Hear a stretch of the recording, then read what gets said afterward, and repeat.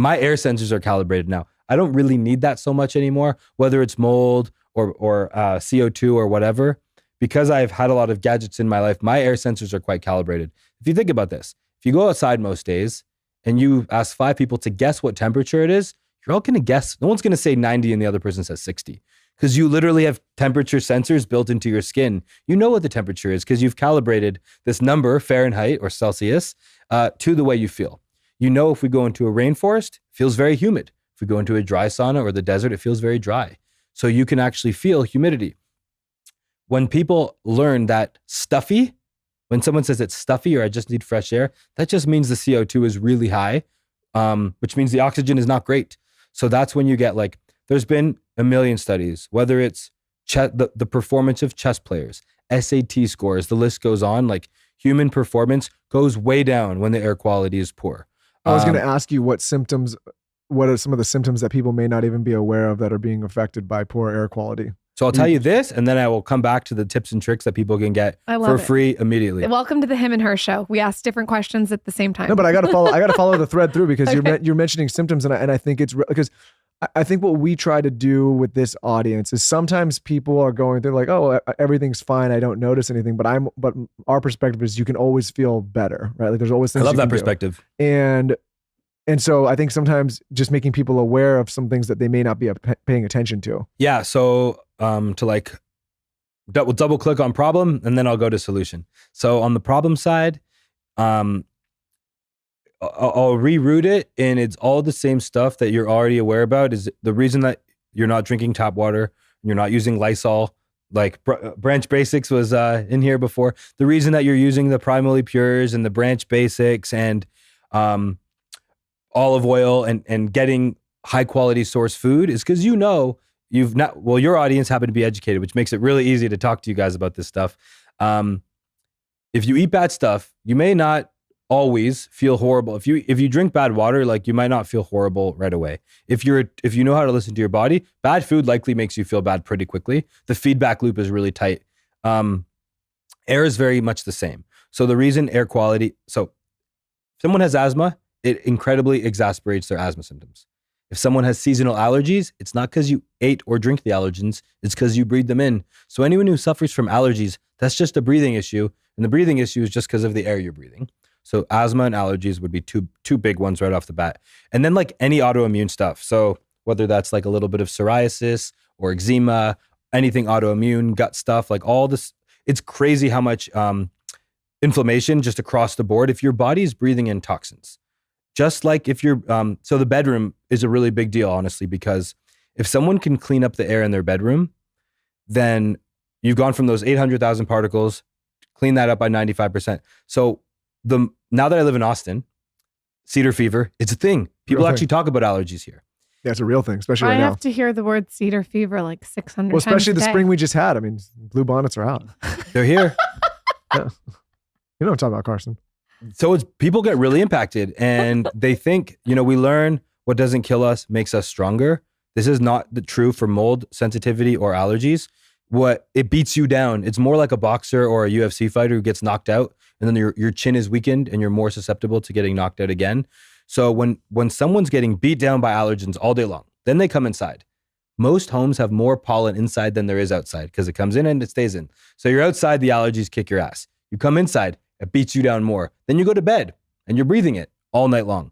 So your body never gets a good time to enter like parasympathetic rest, recovery, repair. It's staying on defense 24 hours a day. So when someone can really dial in their air quality in their bedroom, in their sleep sanctuary, in their home, all of a sudden it's like your cup is getting drained of all that, constant attack. So then when you go outside, your allergy symptoms are way, way lower. Like I never thought that this would be such a case, but people's allergies almost entirely disappear, the seasonal allergies, because now if they're inside 90% of the time and they're not breathing pollen for that 90%, the human body's good. We can take it for 10%. We just can't take it 24 hours a day. I notice with our bedroom, we've done 3 things that have really improved our sleep And my friend Shervine of Symbiotica always says that your house should be where you detox. And I think where we were living before Austin, we were like retoxing. It was like we would go in and we would feel worse. And we've done 3 things to do that. And I think it really helps.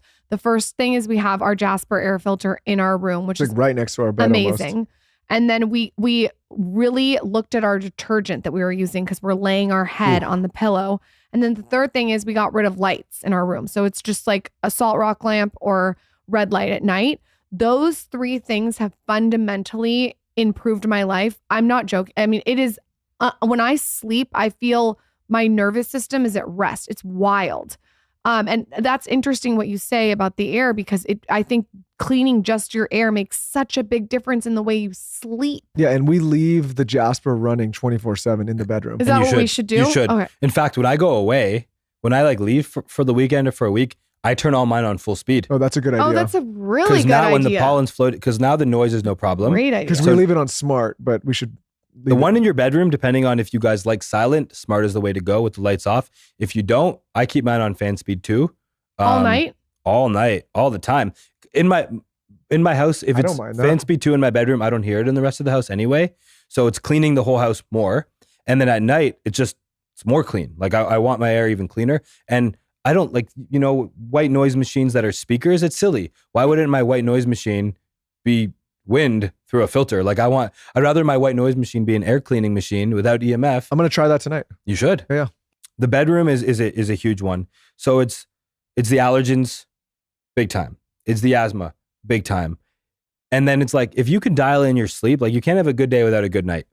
So I think the easiest point to like fix your home environment is dialing in the bedroom. Because like you're hopefully guaranteed to spend a third of your life in that one room, which makes it super controllable to just like handle that one space. And then beyond that, I like to tie most things back to sleep, but like a few huge wins that I've seen people have. A lot of people who track with Aura, Fitbit, Whoop, etc., have had remarkable changes like instantly.